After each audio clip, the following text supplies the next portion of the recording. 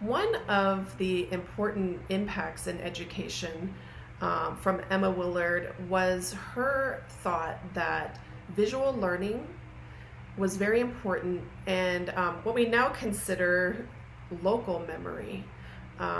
So she wanted to encourage using images and seeing objects or visual learning in the classroom to help promote memory recall.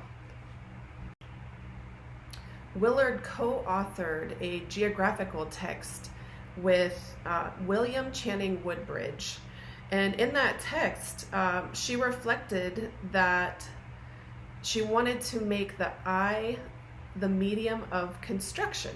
So this was a forward thinking for the time. Willard was also concerned with equal education for women. And in the time frame in which she lived, this was very important because women weren't being educated in the same way as men. In fact, they were encouraged to learn about sewing, music, language, but really not as a way of promoting career, but really just to affect their role in the family. However, she felt that women should have the same education as men. They should be able to learn about geography, mathematics, science, everything that men were learning in colleges at the time. I've been trying to find something that I consider a negative critique, something wrong with Willard's teaching or ideas, and this has been difficult.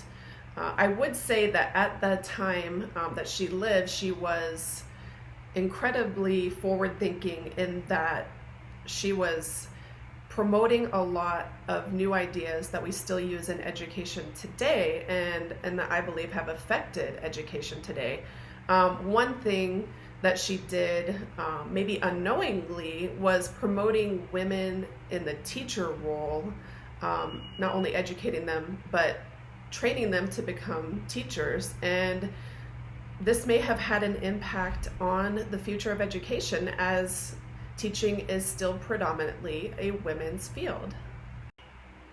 Another critique that others might find to be negative, and I don't necessarily, is that Emma Willard promoted the family unit with the male dominant role of that family unit.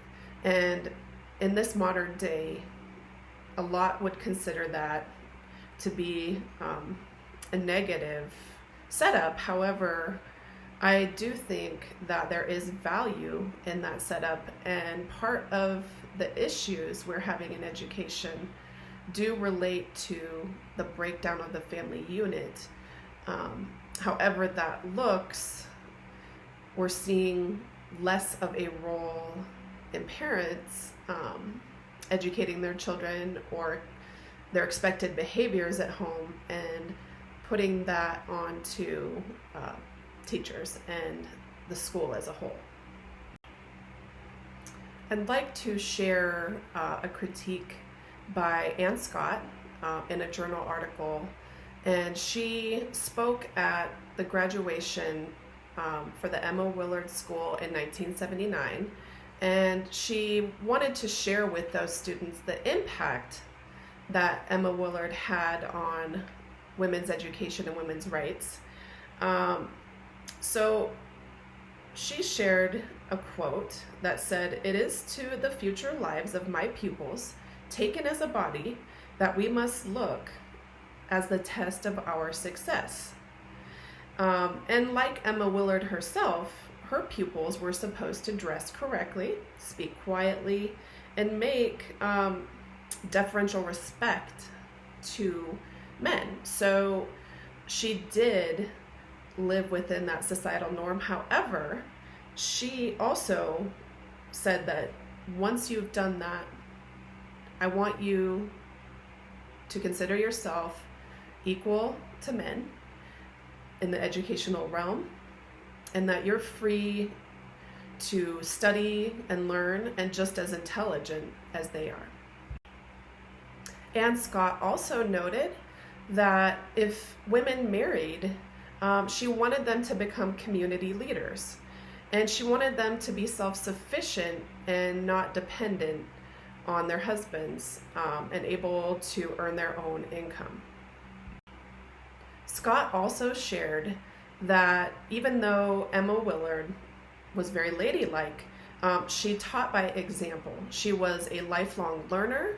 She traveled. She was interested in learning about what was going on with feminism and education for women in France, Scotland, England, and she had a high level of self-confidence. In fact, Scott shared that her authorized biographer, John Lord, who knew her very well, said that by the time she was 33, her soul panted for a wider sphere, and she longed for some institution she could direct. So she was very ambitious, and she never gave up on her ideas that women should have the same rights to education as men, which was incredibly forward-thinking for that time in the 1800s.